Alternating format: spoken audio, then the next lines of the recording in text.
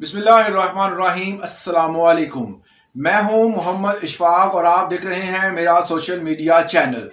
آج ہم نے بات کرنی ہے سپریم کورٹ میں بہت اہم کیسز کی سماعت ہوئی، جس میں سپریم جوڈیشل کونسل نے جو مظاہر علی نقوی کو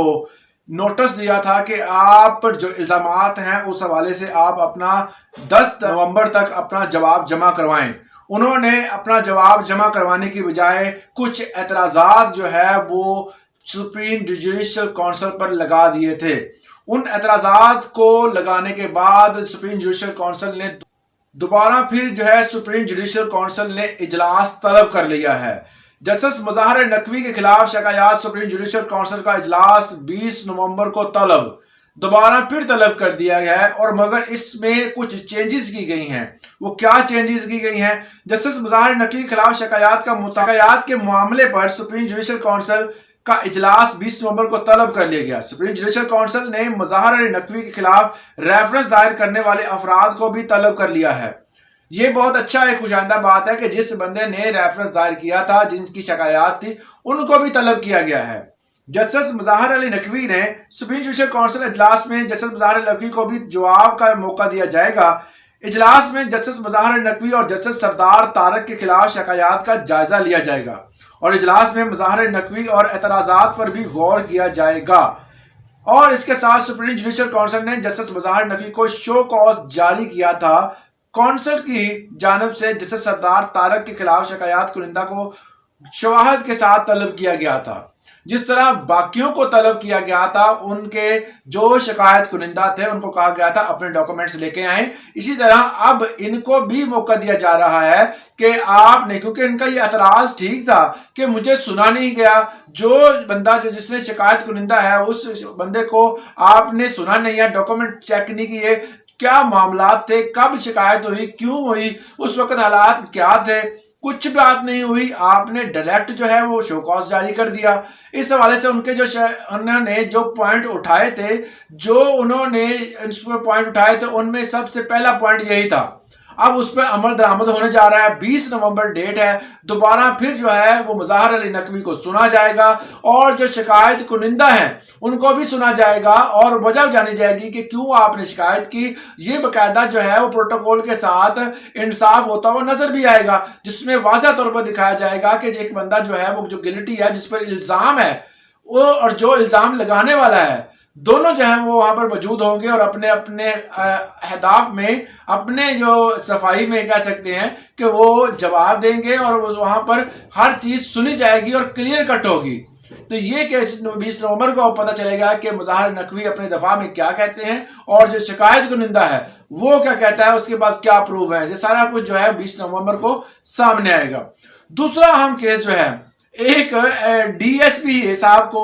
یہ نالائق ڈی ایس پی کہا گیا ہے سپریم کورٹ میں، باقاعدہ اس میں کہا گیا ہے کہ یہ ڈی ایس پی نہیں ہے، یہ نالائق ڈی ایس پی ہے۔ نالائق ڈی ایس پی کیوں کہا گیا، اس کی پیچھے ایک باقاعدہ وجہ ہے۔ یہ کے پی کا ہے ڈی ایس پی تھا، اور اس کے حوالے سے انہوں نے کچھ کمنٹس دیے ہیں۔ ہمارے چیف جسٹس صاحب نے کہا کہ 9 سالہ بچے کے قتل کے کیس میں سپریم کورٹ نے کہا کہ سب سے ناقص تفتیش کے پی پولیس کی ہوتی ہے۔ وہ کہتے ہیں جتنی بھی ناقص تفتیش ہے نا وہ کے پی کی پولیس کرتی ہے۔ اس کے بعد ناقص تفتیش کی مثال دینے کے لیے بہترین کیس ہے، چیف جسٹس آف پاکستان نے ڈی ایس پی پر برہمی کا اظہار کرتے ہوئے کہا کہ یہ معیار ہے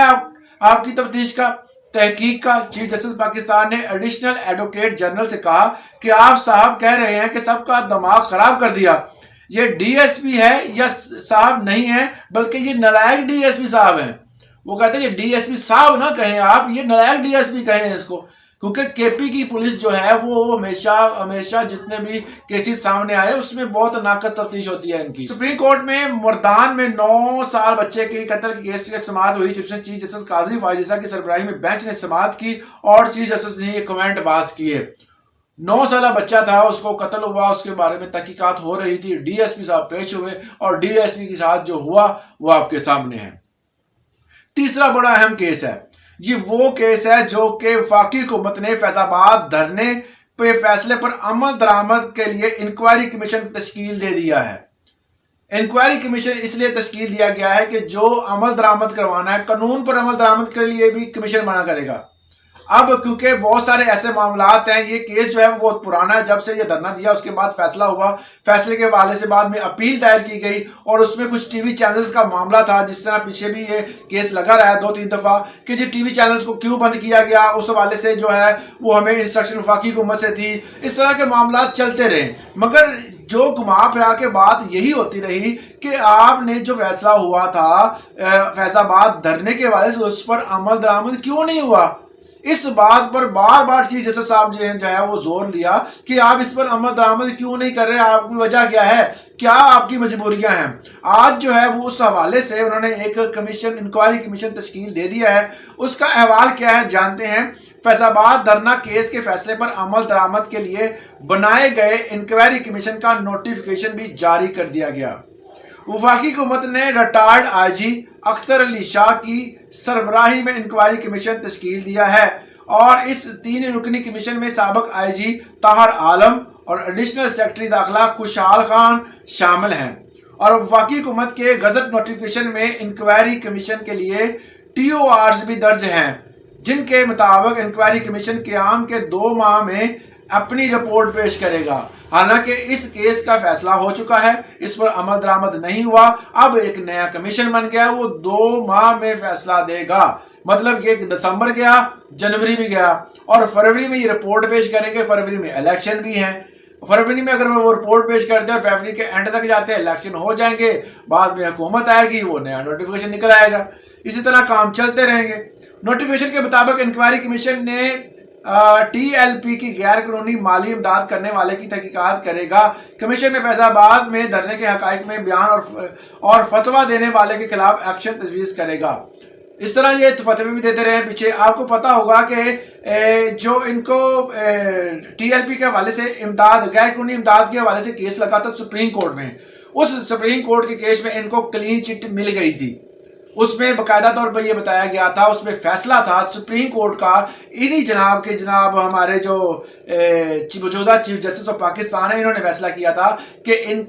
کے اوپر جو بھی الزامات ہیں، جو کہ فورن فنڈنگ کے کیسز کے اوپر جو الزامات ان پر ہیں وہ بے بنیاد ہیں، اور کچھ رقم ان کو بائٹ سے جاری کی گئی اور جو کہ نہ ہونے کے برابر ہے، ایک پارٹی فنڈنگ میں آٹے کے لون کے برابر ہے، مطلب بہت معمولی رقم تھی، جو ہے اس حوالے سے ان کو پہلے کلین چٹ مل چکی ہے۔ اب جو ہے وہ دوبارہ پھر تحقیقات ہوگی، ایک ہی فیصلے پر دوبارہ پھر جو ہے وہ نظر ثانی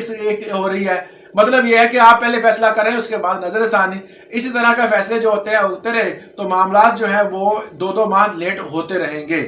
اس حوالے سے جاری ہونے والے نوٹیفیکیشن میں بتایا گیا ہے کہ انکوائری کمیشن تعین کرے گا کہ پبلک آفس ہولڈر قانون کی خلاف ورزی کا مرتکب ہو تو نہیں تو ہوا۔ انکوائری کمیشن فیض آباد دھرنے کے ذمہ داران کے خلاف ایکشن تجویز کرے گا۔ کمیشن پیمرا رولز کے خلاف ورزی کرنے والے کیبل آپریٹر اور براڈ کاسٹرز کے خلاف بھی تحقیقات کرے گا۔